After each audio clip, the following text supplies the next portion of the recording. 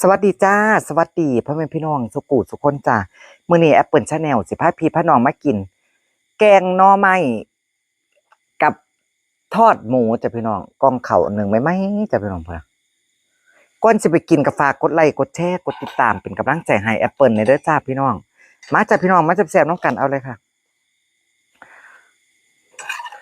มันเป็นเช้าร้อนหมดแล้วบ่จ้ะน่ะอุ่นเนาะกินร้อนเลยเนาะจ้ะพี่น้องอืมมันก็ร้อนอยู่จ้ะข้างล่างอืม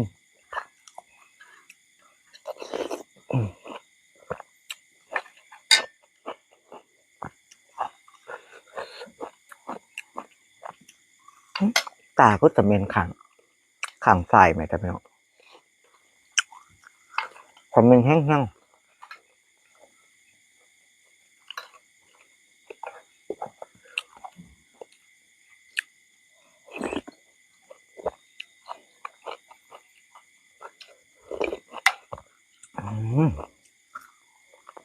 นาะทั้งบางแอปเปิล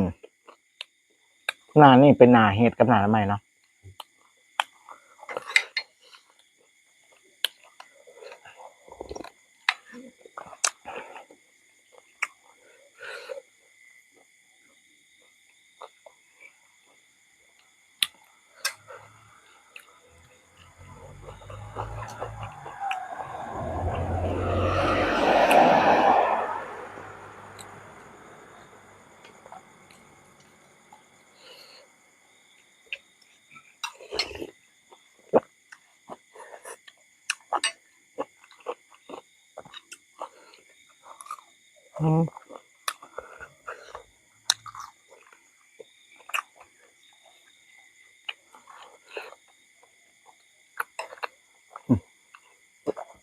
แกงร้ายหลายจะเป็นยังเหลืออยู่ได้จันได้หมอ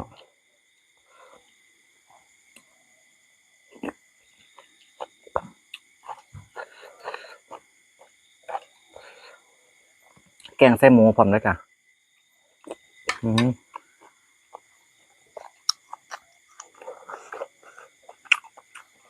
แกงใส่หมูใส่ผักฟองครับใส่ผักขาใส่ผักอีตัวเขาแรงน้ำกันเด้อจ้า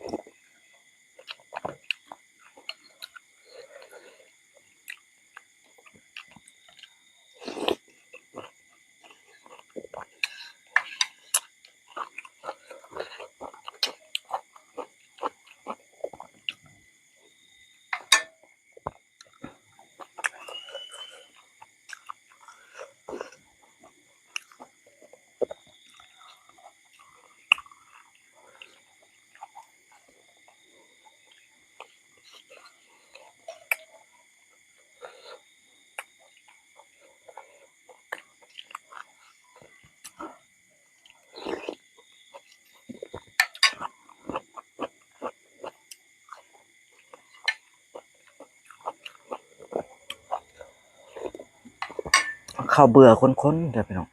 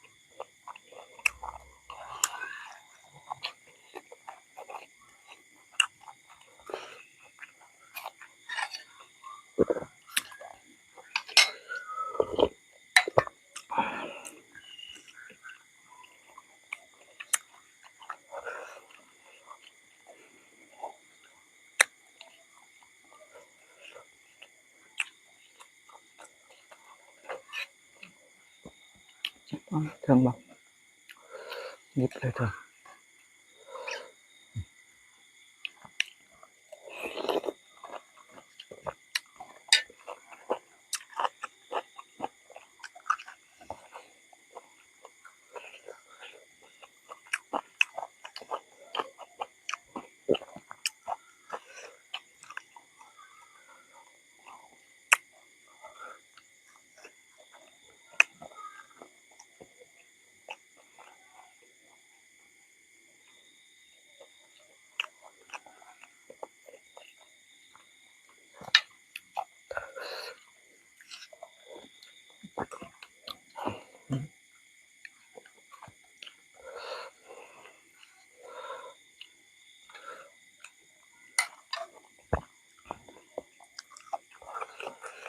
ฝนตกเพิ่งหยุดเนาะ ครับคนตกคือเป็น ตื่นจะเป็นของพายุเขา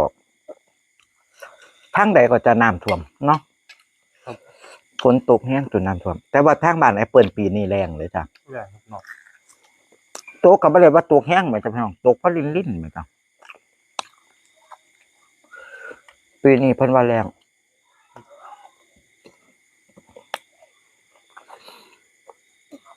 อื้อหือ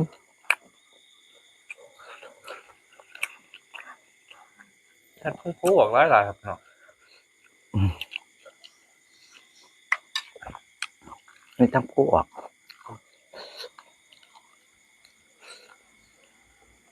เฮ็ดออกจ้ะพี่น้องแต่ว่ามันก็เข้าไปลึกไหมจ้ะเนาะย่านงู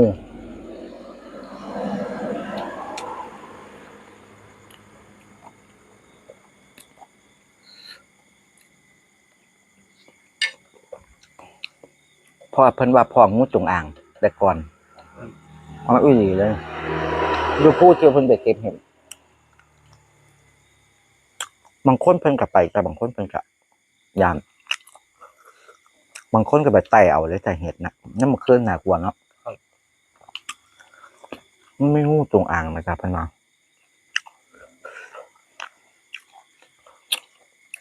แต่ก่อนแอปเปิลก็ไปกับพี่สาวไปดูจ้ะต้องไปหลายๆคนเพราะว่าเดี๋ยวนี้เป็นยันๆมันขึ้นพูนะจ๊ะพี่น้องบางคนเพิ่นไปเพิ่นเก่งไหมจ๊ะพี่น้องเพิ่นจำพูดเลยแอปเปิลนี่จำบ่ได้เพราะว่าบอกก็บ่ได้ไปดูเหมือนจ๊ะพี่น้องบางคนเพิ่นไปดูเพิ่นก็จำได้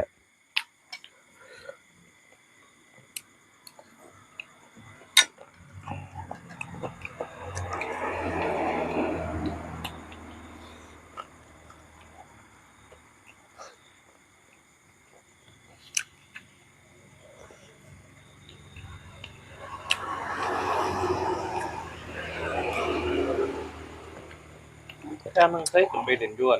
มองยอดผามันครับเนาะ อยู่ ม ไส องมองมาโกดงามเลย อยู่ไส ลูกพูโตนะครับ พวกเอา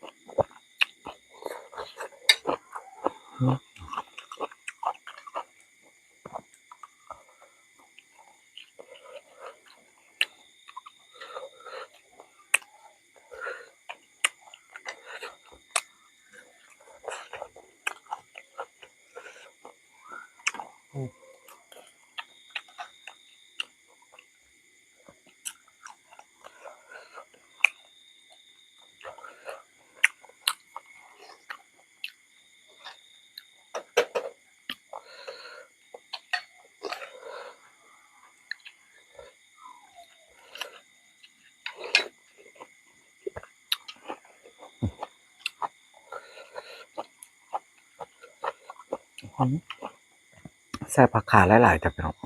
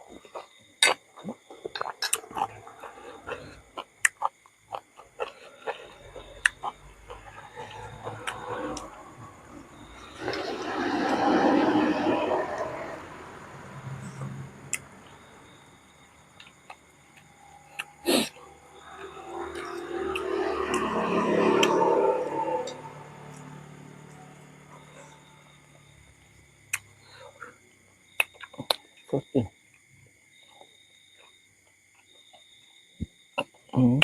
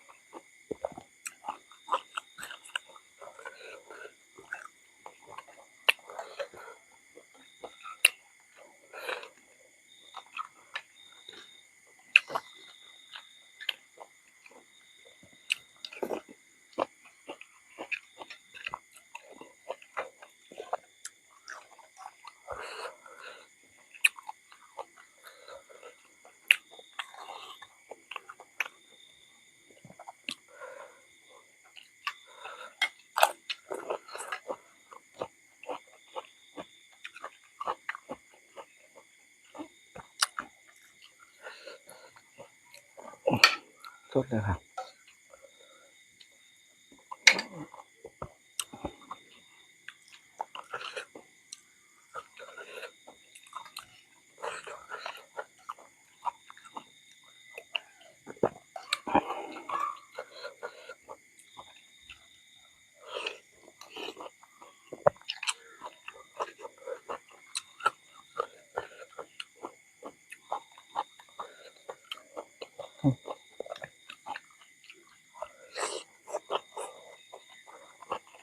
อืม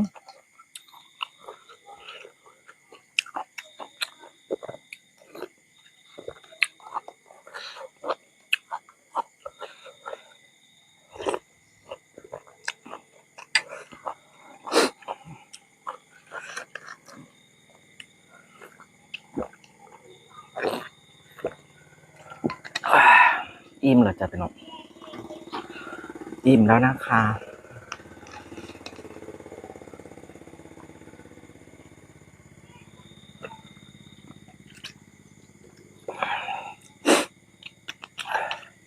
แซ่บแต่พี่น้องแซ่บคักแซ่บเนี่ย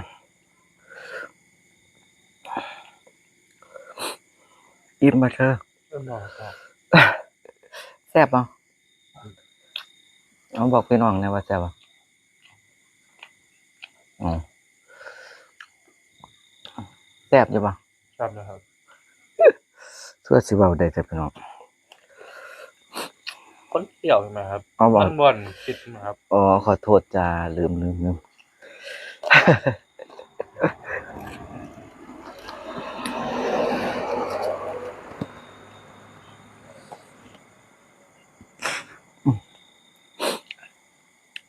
โอเคเนาะจ้ะพี่น้องคลิปนี้ถ้ากินมุมมามกินบ่สุภาพผิดพลาดประการใด Apple Channel กับในโฮมก็ต้องขอโทษขออภัยพี่น้องหลายๆเด้อจ้าลาพี่น้องไปก่อนเด้อจ้าสวัสดีจ้า